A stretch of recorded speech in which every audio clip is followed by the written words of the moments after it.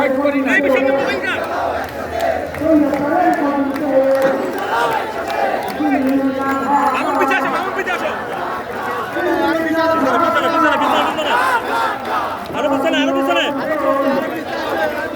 বলে দিয়ে কাছাকাছি